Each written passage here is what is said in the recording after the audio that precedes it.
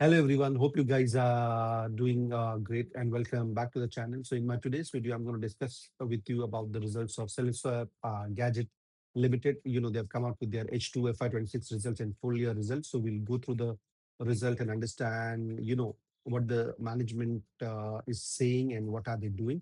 And at the same time, before we get into these results and numbers, I just explained to you their business model in very short, right?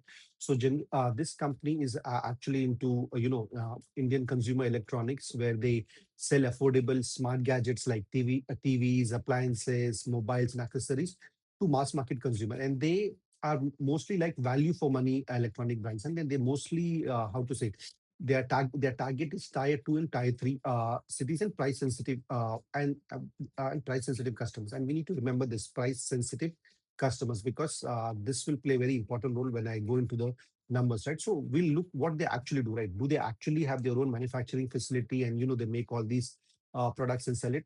And the answer is actually no. What do they do, right?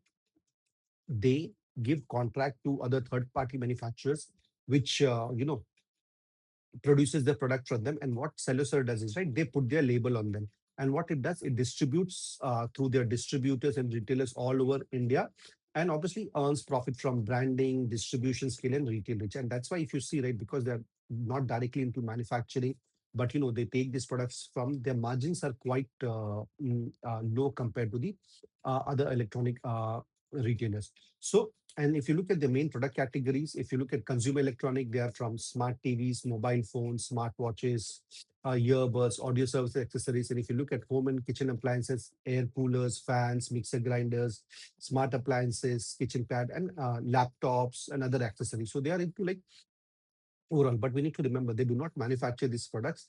They give contract to third party manufacturers. They make it, then they label their own brand, and then they sell it in the market. So let's look at their recent H2 result, right? And I'll be very honest, it was quite disappointing. Their YOY revenue only increased by around 8% to 650 crores, and PAT was about around 21% to 20.1 crores. And I'll definitely go into details why the H2 was bad, because the management is given their comment. And if you look for the whole year, the revenue grew by around 26% to 1,292 crores, and PAT was up by around almost 28% to 40 crores. And EBITDA margin also slightly improved from 5 to 5.8%, and PAT margin improved to around 3.08%. As I said earlier, right, because they are into this model of business, right? So the margins that they have is quite less. And the most disappointing thing for the whole year was, right, is the guidance miss, because at the start of the year management had given a guidance that they will grow their yearly sales by around close to 50%, but if you look at it, they did only half of it, which is around 26 percent only. And the reason what the management gave is, right, is because what has happened, we all know the geopolitical issues, the the rise of price of cost of raw materials and everything, right? Because of that, obviously, it has impacted sellers also, and they had to increase their price slightly.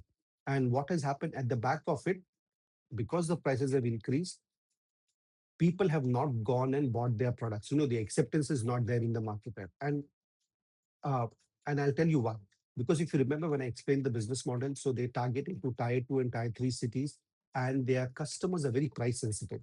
So obviously, for a customer who is very price sensitive, even if a slight price increases matters, and that's what happened with it.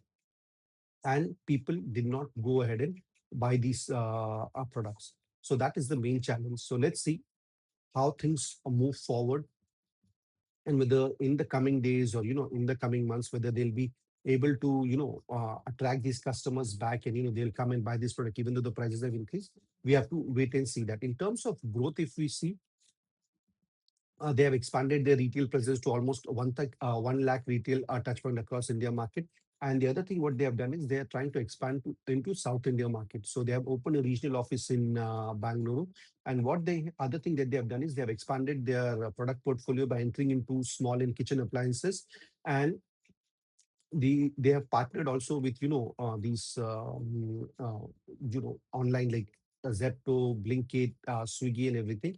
And the other thing what they're doing is they are going global. So they have opened a subsidiary in UK and South Africa to sell their product.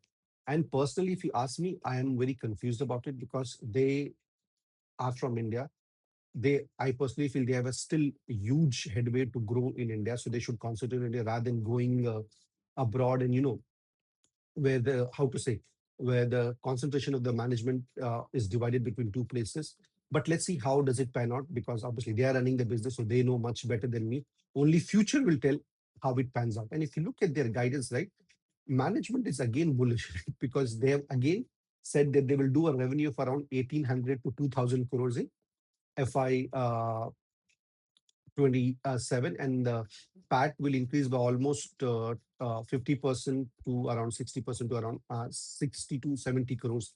So if you look at this revenue growth rate, it's around 40 to 50%. So management is again bullish. And the only thing that concerned me, right, last year they gave a target they could not achieve, whether they'll be able to achieve this target going forward or not.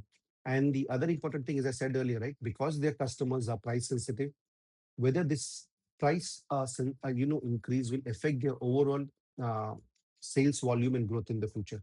Obviously we don't know the future, we have to keep an eye and watch onto it. And as they release their results only half yearly, so we have to wait almost till September to know what is actually happening in the business. So I'll definitely keep you guys posted. So let's see how well they do. And if you do like this video and the analysis, please do hit like and subscribe to my channel. Thank you and God bless you.